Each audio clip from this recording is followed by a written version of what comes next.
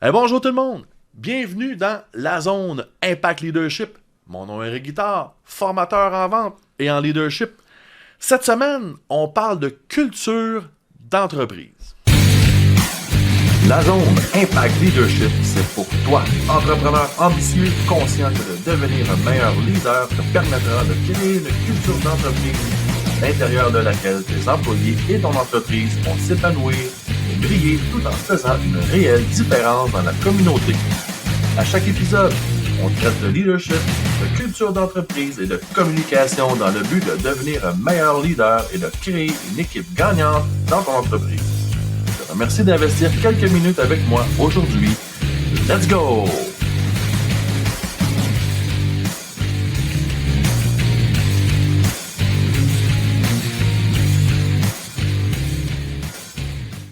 Pascal, c'est notre dernier épisode ensemble. On a jusqu'à date parlé beaucoup de leadership, évidemment de leadership de soi, de notre capacité à être un bon leader, de notre vision de ça. On a parlé beaucoup de comment motiver, on a parlé de communication, on a parlé de valeurs humaines, d'agir en leader, on a parlé de valorisation. Dans le fond, là, on tourne en entour du pot depuis le début. Mais c'est un peu tout ça aussi. Exactement. De ce que j'appelle bâtir une culture d'entreprise où il fait bon aller travailler.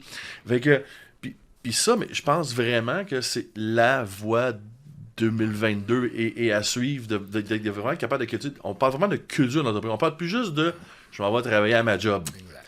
Si je m'en vais m'impliquer. Étirer un peu l'implication des gens aussi. Exactement. Soit dans une chose sociale ou ces choses-là. On prend pas toujours assez de temps pour le faire, mais effectivement, on devrait y penser plus. Pour moi, la culture d'entreprise, il faut que ce soit ton reflet aussi. Si c'est pas aligné avec... Définitivement. Effectivement. Si c'est pas aligné Mission, avec toi, vision, valeur. On a un épisode qui parle strictement de ça, mission, Merci. vision, valeur. Puis c'est des choses que je ramène sur le tapis constamment. Parce que si la mission d'entreprise, les valeurs d'entreprise ne sont pas claires, c'est impossible de mettre une culture, c'est impossible d'avoir un sentiment d'appartenance, c'est impossible de mettre ça de l'avant. C'est sûr que, tu sais, dans la culture, il y a plusieurs termes dans les livres, n'importe quoi. C'est sûr, encore une fois, c'est l'efficacité, l'écoute, être attentif, faire des missions sociales, si on veut, un petit peu.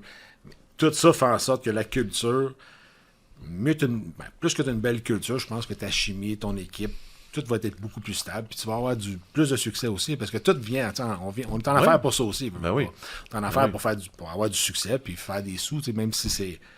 On n'en parle pas souvent, mais c'est fait pour ça aussi. Mais il faut être humble, il faut être capable de se regarder dans le miroir. Quand c'est ta faute, c'est ta faute. Quand tu es responsable de quelque chose, il faut que tu sois capable de te connaître. Écoute, à la base, c'est ça un peu. La culture, c'est l'accompagnement. 100%. Coacher ton monde, les accompagner, les écouter. Un de mes enfants, parce que, comme je disais tantôt, j'ai mes enfants et ma femme qui travaillent avec moi. Un de mes garçons s'occupe beaucoup sur les réseaux sociaux, ces choses-là. Des fois, pour les restaurants, on va faire une mission, aller porter des plats à l'hôpital, ces choses comme ça.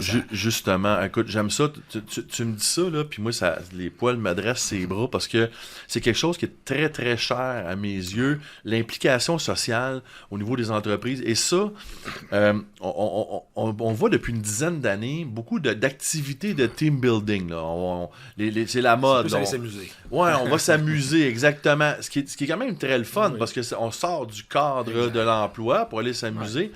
Correct. Puis ça a sa place. Oui. Ça a vraiment sa place. Mais là où je pense qu'on devrait vraiment au Québec amener un virage différent, c'est d'utiliser l'implication sociale comme team building, comme et activité rassembleuse alentour d'une cause que tout le monde tient à cœur.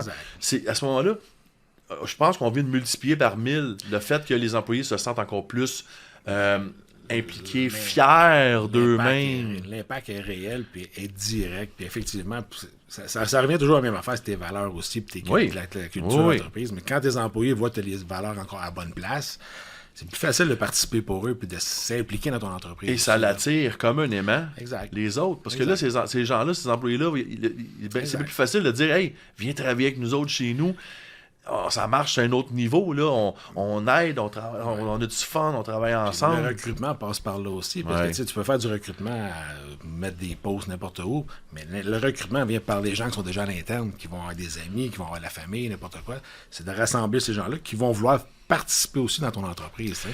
J'avais une discussion justement dernièrement avec quelqu'un qui fait justement du recrutement en RH. Puis, recruter des gens pour une job de bureau, on va dire ça de même, entre guillemets, parce qu'il n'y a pas de saut métier, là, mais juste que une job de bureau pour un job de bureau pour un job de bureau, le choix il est très grand, puis c'est facile de se promener d'une place à l'autre, mais de faire le choix d'aller dans une entreprise pour s'impliquer, puis faire une différence, puis participer à des projets d'implication sociale, c'est beaucoup plus qu'une job de bureau. Effectivement. Maintenant, puis on devrait en faire tous un peu plus. C'est sûr qu'encore une fois, on a la pandémie a été quand même une période quand même creuse pour plusieurs personnes au Québec quand même. On devrait plus s'impliquer, que ce soit pour les réseaux de la santé, les enfants, les malades, n'importe quoi.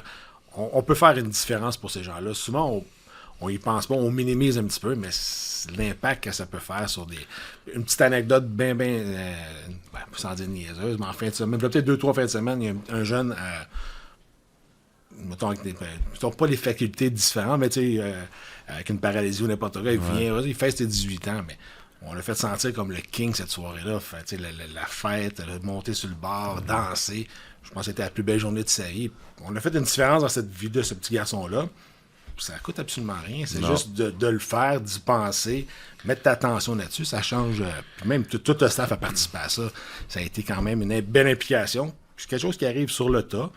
Puis on récupère ça pour faire quelque chose de beau avec ça. Oui, puis dans justement, il y a quelques épisodes, là, si vous allez voir justement dans le playlist de la zone, il y a des épisodes sur l'économie sociale. J'ai un de mes invités, Ruben Yeminez, qui est très impliqué au niveau de l'économie sociale. Ça, c'est une façon justement de trouver des façons d'impliquer son monde, justement, de travailler ensemble, ou même de peut-être rediriger peut-être certains profits qu'on fait dans l'entreprise, ou juste d'engager des entreprises d'économie sociale. Ça fait une différence dans la société. Puis d'ailleurs, moi, je suis président de l'association de baseball de Vieux-Monteuil.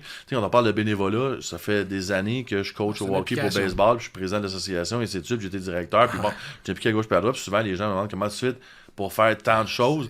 Ben, c'est une passion. C'est juste le fun. Puis je sens et je peux tout voir la différence que ça fait dans la vie de tous ces jeunes-là. Mais là, ce qu'on est en train d'organiser, c'est qu'on a, dans notre local, on a plein de vieux équipements de baseball, des vieux pantalons. Mais là, ce qu'on va faire avec ça, on va tout mettre ça dans un conteneur. On va aller ça en République dominicaine. En République dominicaine, parce qu'il y a un programme qui s'appelle Second Chance, qui sont des jeunes de la rue qui leur donnent l'équipement, puis ils enseignent à jouer au baseball. Ça fait une différence pour ces gens-là. Juste avoir un gant de baseball, c'est comme... J'en parle, puis je me sens comme... On va faire de quoi de concret, puis on va impliquer justement toute ma gang de bénévoles ensemble, on va se mettre ensemble, puis des jeunes, puis c'est de faire la différence, pour de vrai, on devrait tous travailler dans ce sens-là, de faire la différence pour...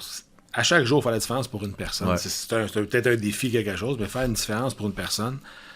C'est même pas toujours une question d'argent, c'est de parler, d'appeler, de discuter, de prendre le temps, l'écoute, de participer à quelque chose. On devrait, socialement, ça serait plus encourageant, ça serait plus facile de le faire socialement. On redonnerait à notre société, veut pas, puis ça nous reviendrait de toute façon. Moi, mon rêve de société québécoise. Bon. Entrepreneur, on n'a pas le choix de devenir un bon leader. Pour devenir un bon leader, il faut apprendre à se connaître. Donc, la première base, se connaître et se faire du bien. Bon, une fois qu'on est solide et qu'on se fait du bien et qu'on se connaît, là, on fait la différence dans la vie de notre équipe proche. Fait qu'on fait une différence pour moi, faire une différence dans l'équipe de la vie proche, c'est les apprendre à se connaître, les aider à apprendre à se connaître, les aider à développer leur leadership. Puis là, une fois que tout le monde a développé un certain niveau de leadership, là, ensemble, on va aller faire une différence dans la société en s'impliquant socialement. Si toutes les entreprises au Québec faisaient ça, le niveau de, on pourrait dire, de qualité de vie de tous les Québécois s'en trouverait vraiment touché et transformé. Fait qu'à un moment donné, arrêtons d'attendre que le gouvernement nous donne du cash quelque part, puis travaillons ensemble. T'sais. On peut attendre toute notre vie de toute façon. Il y a des gens qui vont attendre, puis ils peuvent attendre l'autobus toute la vie, elle va passer, puis ils ne verront jamais passer. Mais effectivement, faire une différence, c'est s'impliquer dans des petites choses. À la base de mon entreprise, on ne le fait pas assez encore. Je pense que c'est quelque chose qu'il faut qu'on fasse encore plus. C'est quelque chose qu'il faut qu'on apporte un peu plus.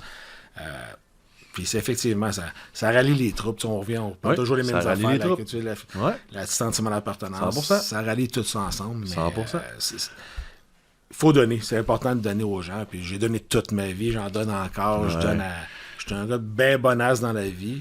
Ça me fait même plus plaisir, moi, de donner que de recevoir. Puis c'est... exactement. C'est une de mes motivations principales d'être autant impliqué dans le sport. C'est de redonner. C'est de créer... Moi, je suis pas en train de créer des joueurs de hockey, des joueurs de baseball. Je suis en train de créer des futurs leaders. Des futurs citoyens leaders qui ont appris c'est quoi travailler, c'est quoi le travail d'équipe, c'est quoi le respect, c'est quoi... C'est ça, ma job. Tu parles de la différence. On parle de mon background qui était, mettons, dans les émissions passées. Il y a une personne qui a fait la différence dans ma vie à 15 ans, un professeur d'école, qui pour lui me disait, il n'y a rien d'impossible, Pascal. Si tu veux quelque chose, arrange-toi, fais-le, puis il n'y a rien d'impossible. On dit né pour un petit pain. Les Québécois, je pense que c'est quelque chose souvent qu'on va dire. Ouais. Moi, c'est de sortir de ce cadre-là, de dire, c'est pas vrai, on n'est pas né pour un petit pain. Si on veut atteindre quelque chose, tu y vas, tu vas l'avoir. Il faut y croire, il faut arrêter de penser qu'on n'est jamais capable. Puisqu'il y a plusieurs portes dans la vie. Oui. Il peut y avoir 10 portes, il va y en avoir 9 de fermées, puis une qui va ouvrir, mais prends-les celle-là. Puis pas parce que tu ne ferais pas 5 portes, c'est fermé, il n'y en a pas une 6e, mais continue. Puis j'ai une petite anecdote là-dessus. On a fait un projet à un moment donné, en train de bâtir un complexe sportif. En fait, j'étais rendu à peut-être la construction 50% faite, la bâtisse, le kit. J'avais même pas de financement encore. J'ai fait 7 banques, la 8e banque a accepté le projet. Mais il faut toujours y croire, il faut toujours continuer, il faut toujours pousser. Puis si tu pousses pas, il n'y a personne qui va pousser pour toi. C'est ça. Ça fait partie de la vie. Là, mais... faut juste arrêter d'attendre qu'on te le donne sur un plateau d'argent. Ça arrivera pas. J'avais vu un meme dernièrement très très drôle sur Facebook. C'était marqué ce que le monde te doit. Puis c'était un gros carré blanc. Il n'y avait rien. C'était blanc. C'est comme personne te doit rien. Là. Fait que mais si arrête d'attendre. Mais tu vas attendre toute ta vie. Puis il y en a qui attendent toute leur vie après ça. Puis encore une fois, ça prend toutes sortes de personnes aussi. Parce que si on était tous des leaders, tous des chefs d'entreprise, tous des entrepreneurs, il n'y aurait plus d'employés non plus. À quelque part, il y en a qui vont se sentir super bien dans un cadre d'employé. Oui, tout à fait. Puis il y en a qui vont se sentir mieux dans un cadre d'employeur. Oui. C'est une chance qu'il y a plusieurs catégories. En fait, j'adore la catégorie des intrapreneurs. Donc, des gens qui font partie de la business, mais ils ne sont pas actionnaires, mais ils font partie du succès de ton entreprise. Ils ont le thinking, ils pensent vraiment en point Inc., mais ils veulent pas prendre le risque financier, puis c'est correct, c'est correct. Mais des gens partant de se gérer comme étant moi-même un leader, puis là, ils vont gérer des équipes, ils vont s'occuper des équipes dans ton équipe. Parce que ça t'en prend aussi à travers ton équipe, effectivement. C'est pas tous des entrepreneurs, c'est des entrepreneurs, des leaders, mais ça veut pas dire que c'est un actionnaire d'entreprise. Par contre, dans ce qu'il fait, il le fait super bien, puis ça le convient, lui, ce poste-là le convient. Puis il va apporter ses troupes aussi pour tes troupes à toi aussi. Puis à travers de ce qui lui convient, il apprend à mieux se connaître, se valoriser et s'aimer. Ouais. Notre job est fait.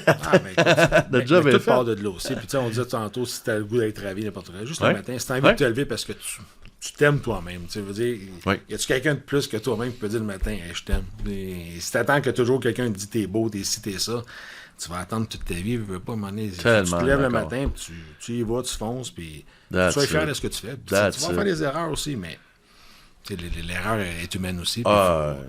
Si t'attends le parcours parfait pour... Non. Ah ouais, on avance, là, puis il y avait une image que j'aimais, si tu marches dans le noir, tu as une flashlight, tu vas dans la section que tu vois quelque chose, mais plus tu avances, plus ça éclaire de plus en plus loin, puis à un moment donné, tu arrives dans une section où est-ce que tu voyais pas initialement, mais tu es rendu là pareil parce que tu as réussi à éclairer, parce que tu as avancé, tu as cheminé, tu as grandi. L'adaptation, ça fait partie justement de ce qu'on dit de culture, c'est l'adaptation, il faut que tu sois capable, en tant qu'entrepreneur, leader, il faut que tu sois capable de t'adapter rapidement à une situation, parce que tout change rapidement. Tu sais, le COVID, personne n'a pensé à ça. Si quelqu'un avait pu prévoir ça il y a 2 ans, ou il y avait des films qui étaient là-dessus, sûrement quelqu'un l'avait prévu, mais on pensait pour nous c'était impossible. Mais il faut s'adapter à ça. Tout à fait. Si tu t'adaptes pas, mais tu tombes, tu meurs. Adapt or die. Adapt or die. Exactement, c'est ça l'être humain. Quel bel épisode encore. Je te remercie tellement, Pascal, de cette super belle discussion. Défi 7 jours. Viens publier dans la zone Impact Leadership, dans le groupe Facebook de la zone Impact Leadership. Qu'est-ce que vous faites concrètement pour créer une culture d'entreprise dans votre entreprise ou dans votre équipe sportive? Ça peut vraiment être dans votre équipe sportive également. pour créer une culture d'entreprise puissante, là, qui attire les gens et qui développe des leaders, qui permettent de développer des gens qui sont bien dans leur environnement, qui sont bien dans leur milieu et qui se lèvent le matin avec un grand sourire. Sur ça, tout le monde, je vous remercie beaucoup et on se revoit la semaine prochaine. Vous avez aimé le contenu de l'épisode d'aujourd'hui? Abonnez-vous au podcast DAZN Impact Leadership, disponible en version vidéo sur YouTube et en format audio sur Spotify, iTunes et plusieurs autres plateformes. Également, suivez-nous sur Facebook en tant que membre du groupe DAZN Impact Leadership, où vous pourrez avoir des nouvelles exclusives et où vous pourrez interagir avec moi, le coach. Passez une super belle journée remplie d'abondance.